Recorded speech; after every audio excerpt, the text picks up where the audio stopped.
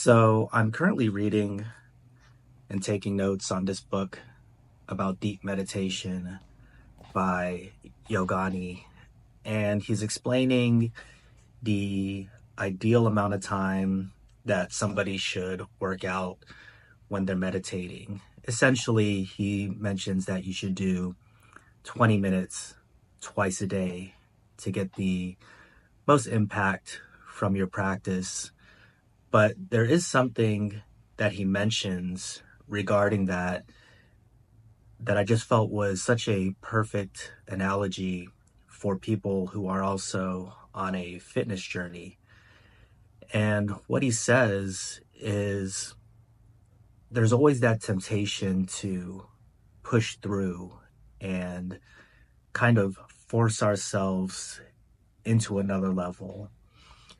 Meaning, if you think that 20 minutes twice a day is good, then I'm going to do 40 minutes twice a day.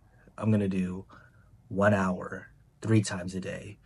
We're always thinking that if a little bit is good, then a lot should be great. And we try to sometimes artificially push ourselves into a level that we haven't actually made it to. And what happens is when we do that, we're not able to sustain the effort, or we're not seeing the results that we thought that we would get. And so we fall out of the practice. And so what he mentions is instead of thinking about breaking through and pushing so hard and being aggressive with wanting the benefits and results of your hard work, think about it more as a cultivation, the same way you would cultivate the life of a plant. You may be eager and anxious to see this plant grow because you know that it's going to be a beautiful plant. It's going to bear nice fruits, vegetables, flowers, but you're not going to get there by trying to force it. Instead, you get there by caring and nurturing what it is that you have, watering it, making sure that your plant is getting adequate sunlight, and just monitoring the process as it goes along.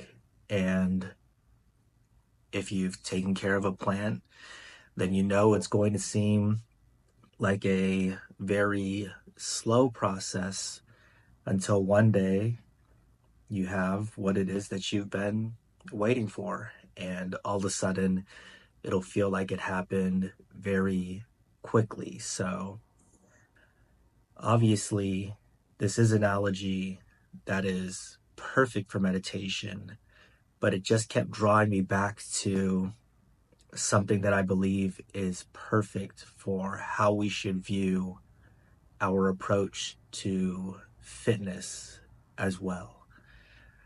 We're always thinking that if I could just push faster, if I could just push harder, I could get those results quicker. I don't have to wait for the benefits of everything that I'm doing. When I look online, I see that somebody had a complete body transformation within 3 months or 6 months. But it's no accident that so few people consistently stick with a fitness practice. From my experience when I used to manage health clubs, it's no accident that 80% of the people who would get a health club membership on January 1st wouldn't be using that same health club by the time February 1st came around.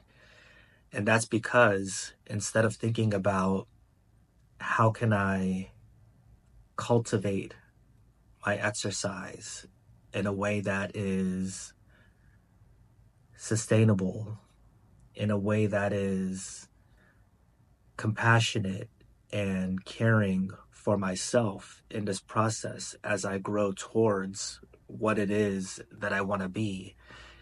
They push in a way they think is going to get them results faster, but not in the long term. Meaning, come January 1st, I'm working out 5 a.m. every day, no matter what. I'm doing, as a matter of fact, cardio in the morning, and then I'm going to come back every afternoon and I'm going to do strength training. And in between that, every time that I get a break, I'm going to try to get as many steps in as possible. And I'm not necessarily here to say that you shouldn't do a lot, that you should be doing a little.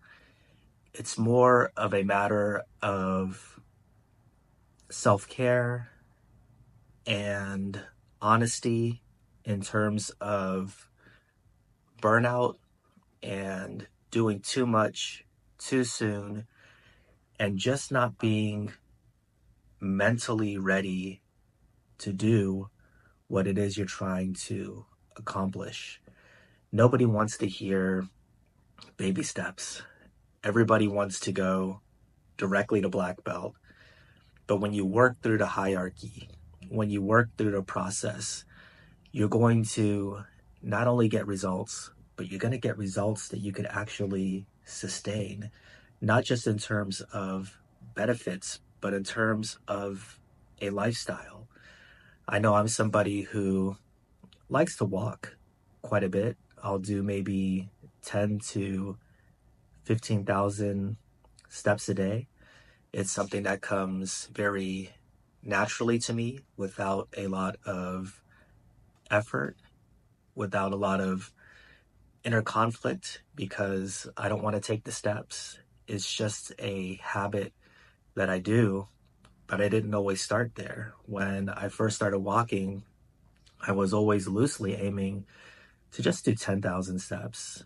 And then somewhere between 5 and 10,000 is where I would always get tired or be overly concerned about the metrics of seeing where I'm at and what I'm doing and asking myself, why aren't I achieving this? Or because I was beginning feeling physical discomfort in my body, a little bit of pain in my hip, a little bit of pain in my knee, my calves, my calf muscles would be sore frequently. But allowing myself to say 5,000, 7,000 steps are all I feel comfortable with today. I don't need to push harder than that for any artificial metric or to satisfy my ego by saying, look what I did, look how consistent I am.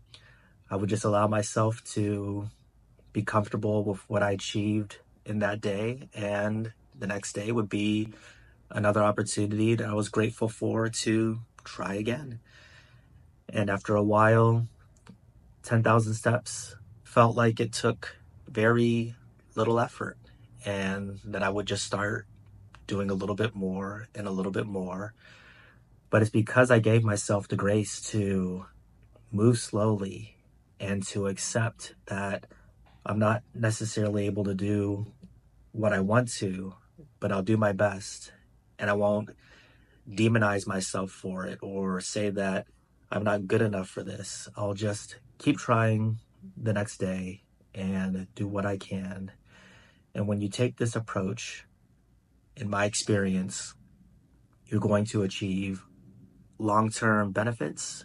And most importantly, what I'm always trying to speak on this channel is a lifetime lifestyle change to promote our longevity.